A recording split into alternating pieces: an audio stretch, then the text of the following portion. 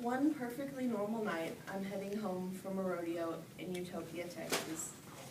And I know that the people I talk to in here are thinking, I thought she wasn't giving any more speeches on rodeo. Well, this isn't a speech on rodeo. This is a speech about what happens when people make the decision to drink and drive. This is about the risks, the consequences, the effects, the results, and the real-world life changes that can occur. This is about the decision to drink and drive when you are so obliterated that you don't even know that you're driving on the wrong way on a divided highway. And how one single person's decision to be irresponsibly dramatically altered my life. Now, picture a perfectly normal Saturday night. I'm driving on a divided highway. I have a 30-foot long trailer behind me. My mom's in the seat in front of me, and my dad and my brother in the truck in front of me. Going along just fine. Then all of a sudden you see your father's truck swerve dramatically to the right. And 10 million different possibilities go through your mind as you look over at him swerving that way. And you look back, and there's a pair of headlights staring you straight in the face. Now tell me, would anyone in here really want to experience that? Well, every time that you have some drinks, you get in your vehicle, and you drive home, even though somewhere in the back of your mind, you know that you probably shouldn't be making that decision to drive home, you are making the decision to possibly bring that upon someone else. Now, you might be thinking, well, you're still alive. I've heard you talk about the driver, how he still hasn't been caught, so everything turned out fine, right? Debatable. It really could have turned out so much worse, because if I hadn't swerved, I would probably be dead. If I had swerved the other way, police said he would have bounced off my vehicle and into the car full of 10-year-old kids coming home from a baseball game, and he would have killed them. So yes, it could have turned out so much worse, but he still hit my trailer. He crippled my horse, who I spent years training myself, who was like a piece of my soul, because that's just what my animals are to me. And it's left me ongoing depression and anxiety disorders that I can't even begin to talk about, because they still affect me so heavily. The truth is that every time you drink and drive, you have the possibility of not just getting caught by the cops, of not just having a DUI, DWI, having it on your record, or even of having your actual record affect your future job possibilities. You have the possibility of killing someone. I personally have a cousin who, because of drinking and driving, not only killed his best friend, he also got sentenced to 10 years in jail for manslaughter. And, he regrets it every day of his life. And he can't change that now.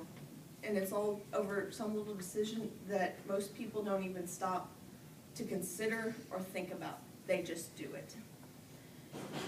And, people usually reason. They say, hey, I'm not going very far. I'm not driving anywhere. I haven't been 1,000 times. What's the big deal?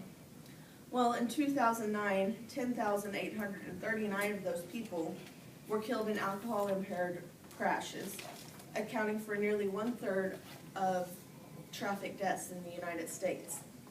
And then of the 1,314 child deaths under the age of 14, 181 of them were killed in alcohol-impaired related crashes.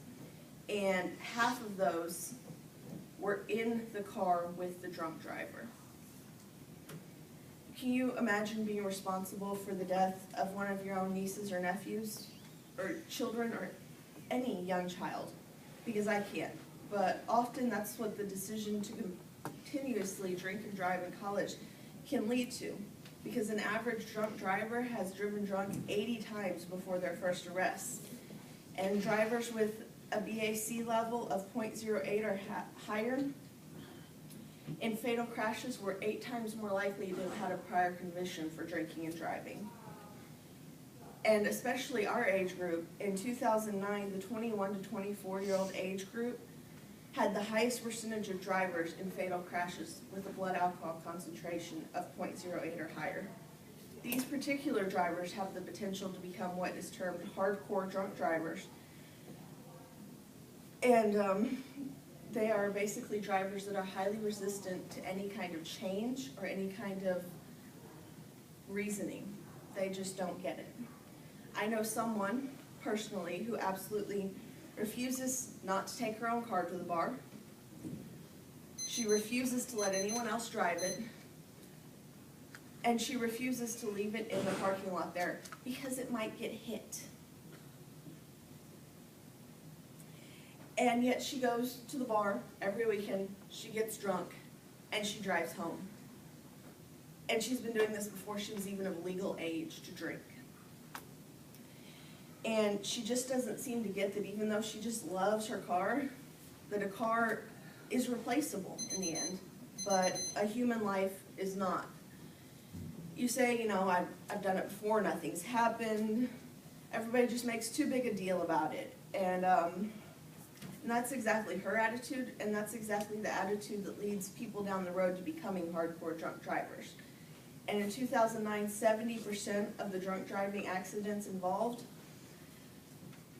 were hardcore drunk drivers with a blood alcohol level of 0.15 or higher. That's twice the legal limit.